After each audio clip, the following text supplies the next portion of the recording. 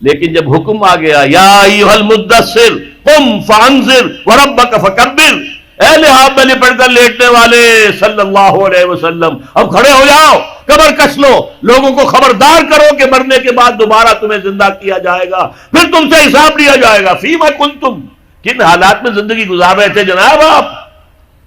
کیا اسلام کا غلبہ تھا؟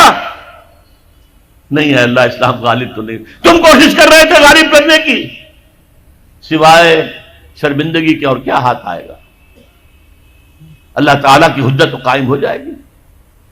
میرے نبی کی ہڈیاں ٹوٹیں، میرے نبی کے دانت شہید ہوئے، میرے نبی کا جسم لہو لہان ہوا، میرے نبی کے چہرے کے اوپر تلوار کا وار پڑا جس سے 2 دندان آپ کے شہید ہوئے، اور خود جو پیدا ہوا تھا اس کی 2 کڑیاں گھس گئی رخسار مبارک کی اس ہڈی کے اندر۔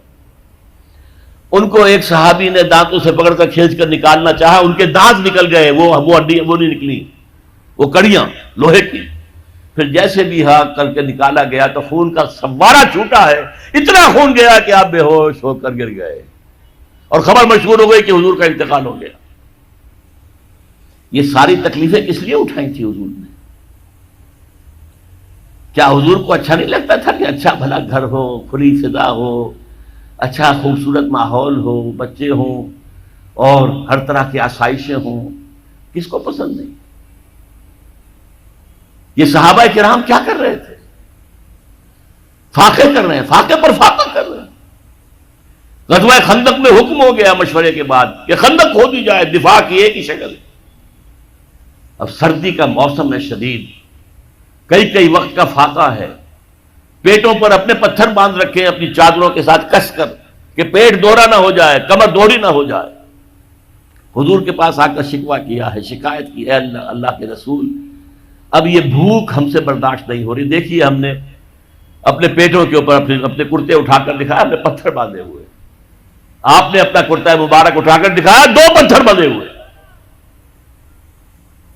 اور اس وقت پھر جب خندق کھد رہی تھی تو صحابہ کرام آواز ملا کر کہہ رہے تھے نحن الذین بایعوا محمدا علی الجہاد ما بقینا ابدا، ہم وہ لوگ ہیں جنہوں نے محمد سے بیعت کی ہے جہاد کی صلی اللہ علیہ وسلم، فدا ہوا آباؤنا و امہاتنا، اب یہ جہاد جاری رہے گا جب تک کہ ہمارے جان میں جان ہے، جب تک جسم میں زندگی ہے یہ جہاد جاری رہے گا۔ یہ ہے اسلام،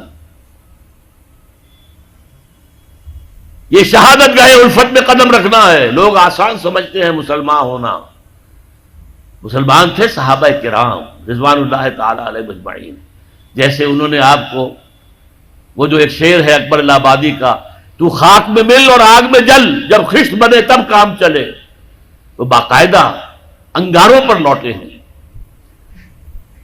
آپ کو معلوم ہے حضرت خباب بن الارت رضی اللہ تعالی عنہ کو بلایا گیا، آؤ، آ گئے، ان کی نگاہوں کے سامنے دہکتے ہوئے انگارے زمین پر بچھائے گئے، اتار دو کرتا، اتار دیا، لیٹو ان کے اوپر، لیٹ گئے۔ اب جب ان پہ انگاروں پر لیٹے ہوئے تھے تو کھال جلی پیٹھ کی، اور پیٹھ پر چربی ہوتی ہے، چربی پگھلی، اس سے وہ انگارے ٹھنڈے ہوئے۔ وہ ہاتھ نہیں اٹھایا انہوں نے، کیونکہ حضور کا حکم تھا نو ریٹیلیشن، کوئی جوابی کارروائی مت کرو، جو ستم آتا ہے جھیلو، جو ظلم ہوتا ہے برداشت کرو، جو تکلیف آتی ہے جھیلو اور برداشت کرو۔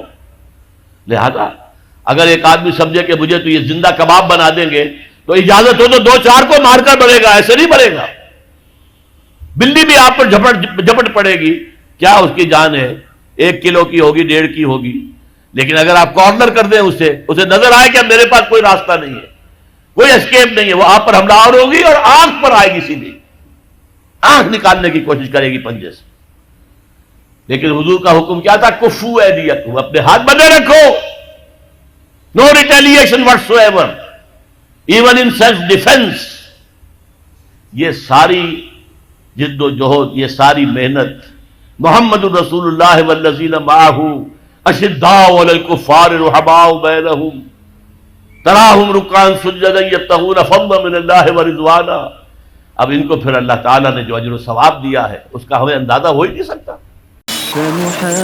فمحمدنا هو سيدنا فالعز لنا لإجابته الله